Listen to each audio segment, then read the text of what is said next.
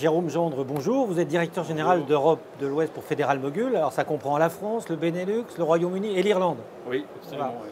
Alors ce qui est intéressant finalement chez Fédéral Mogul, c'est que en 2009, vous avez quitté Equipoto, vous y êtes revenu en 2013 et aujourd'hui vous êtes là. Alors dans le contexte que l'on connaît avec les grands équipementiers qui ont déserté Equipoto, vous vous positionnez comment par rapport à cette décision de 2009, puis à cette décision de 2013, et aujourd'hui votre présence alors que d'autres ne sont pas là? Écoutez, nous sommes dans la continuité. Fédéral Mogul présente l'avantage d'avoir de belles marques. Il était important pour le groupe de reprendre contact avec le réparateur et d'expliquer à cette population importante de la présence automobile quel était le contenu des marques, quelle était la valeur ajoutée, parce que les réparateurs sont au quotidien au contact avec les consommateurs. Et il nous paraît important qu'ils puissent expliquer ce qu'ils montrent sur leur véhicule, produits d'origine, de qualité. Voilà, donc c'est pour ça que nous continuons cet effort, cette démarche auprès de la distribution, donc dans cette chaîne de valeur. Et alors concrètement, qu'est-ce que vous présentez aux réparateurs comme innovation technologique, technique et comme méthode de réparation? Parce que ce matin, à votre place, j'avais un réparateur et je lui demandais mais de quoi avez-vous besoin? Et il me disait j'ai besoin que les équipementiers, enfin mes fournisseurs d'une façon générale m'apportent de la formation, de l'information, des méthodes pour progresser dans mon garage. Alors vous, par rapport à cette demande qui me paraît très forte et essentielle, comment vous vous positionnez et comment sur votre stand vous répondez à ça? Alors justement, c'est une très bonne question. Depuis 4 ans, Fédéral Mogul a été pionnier en la matière et a développé un site de e-learning qui permet, indépendamment du temps et de l'espace, de se former à la technicité de nos produits. Donc ce site s'appelle FM Campus et la nouveauté cette année, c'est qu'il a été totalement renouvelé et rafraîchi pour une convivialité beaucoup plus adaptée aux besoins du réparateur. Et on croit beaucoup, je dirais, au fait de pouvoir héberger de façon pérenne notre savoir-faire et de le partager avec les distributeurs et pour qu'ils puissent le communiquer auprès des réparateurs. Donc pour nous, on pense que les nouvelles technologies nous permettent de transmettre ce savoir-faire beaucoup plus facilement et aisément que ce qui pouvait être le cas par le passé avec les formations qui certes sont importantes, mais qui ne nous permettent pas de toucher une audience de façon aussi efficace, quoi. Et alors, quelle est l'exigence que vous avez vis-à-vis du distributeur? Parce que bon, on sait bien que quand on fait passer un message, c'est un peu comme le jeu des enfants, où on parle dans l'oreille et comme ça, à la fin, il y a un message déformé. Vous, votre manière de fonctionner, c'est justement d'utiliser le distributeur dans cette chaîne de formation et de transmission d'informations techniques. Voilà, absolument. L'idée, c'est pas de constituer bien sûr le distributeur, c'est de l'associer à la démarche. On vient en aide pour le développement de ses ventes et aussi pour l'aider à transmettre ce savoir-faire. Alors, notre exigence, déjà, on se sent une obligation de moyens à mettre à disposition. Nous sélectionnons, je dirais, on ne peut pas traiter toutes les demandes parce que nous n'avons pas malheureusement les ressources pour toucher immédiatement tous les réparateurs. Donc forcément, nous privilégions les meilleurs partenaires que nous accompagnons.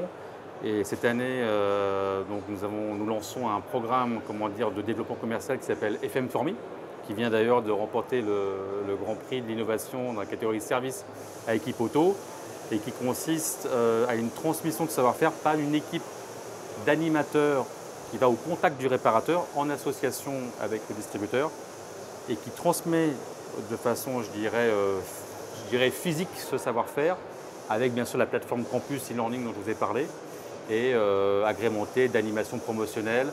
Tout ça pour être dans la logique dont je vous faisais part, c'est de faire mieux connaître nos marques, leur valeur ajoutée, afin que le réparateur puisse expliquer au consommateur, le réparateur indépendant, qui n'a pas de panneau constructeur, je suis indépendant, mais je vous mets telle marque, voilà l'avantage, la qualité, le bénéfice que vous en retirez.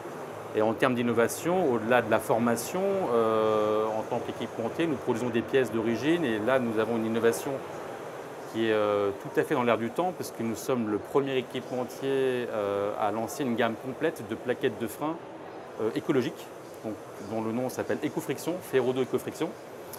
dont la particularité est d'être à faible teneur en cuivre, donc très peu d'émissions polluantes.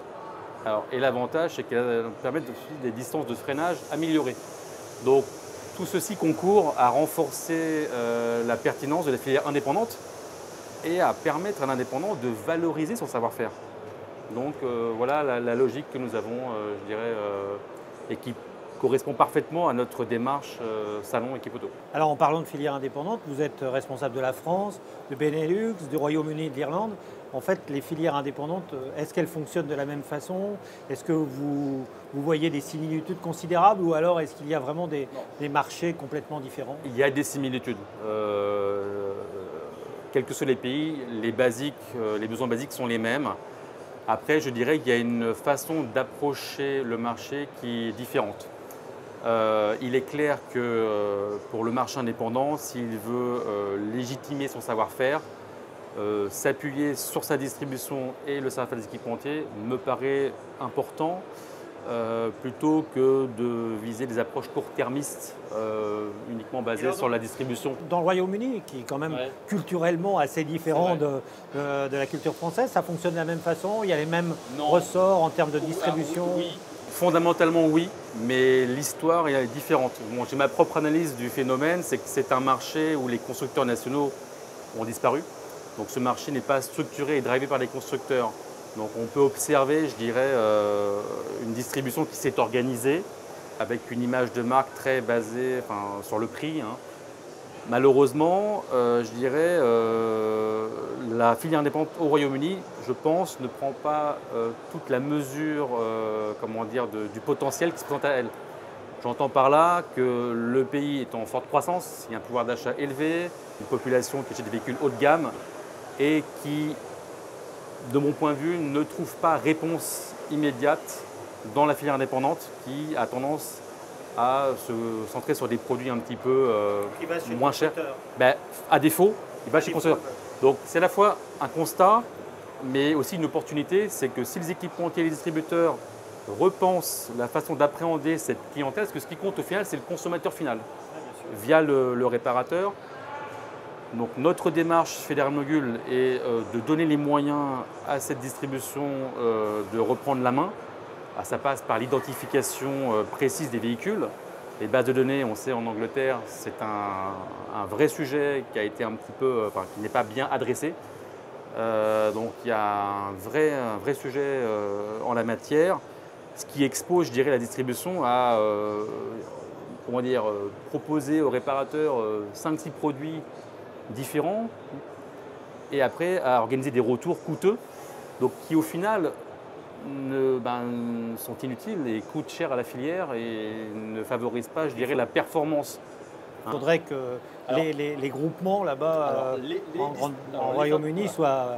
les groupements en association avec les équipementiers soient, je dirais, très précis sur l'identification de la pièce pour minimiser, optimiser les stocks et reprendre. Alors bien sûr qu'il faut des offres budget pour les catégories de personnes qui ont une valeur de véhicule, je dirais, une valeur vénale qui est en tout cas parfois inférieure au prix de la pièce qui doit être changée. Mais il y a encore une fois toute une population qui a du pouvoir d'achat, des véhicules très haut de gamme, des Jaguars, des Range Rover, et parce qu'ils n'ont pas confiance. Donc en recommuniquant de façon appropriée à cette population, la filière indépendante. Ça veut dire qu'en France, on est meilleur, que la filière indépendante. Disons que l'organisation, je dirais, la compétition entre la recherche indépendante et constructeur crée une saine émulation qui fait que chacun, je dirais, ça tire un petit peu vers le haut la problématique.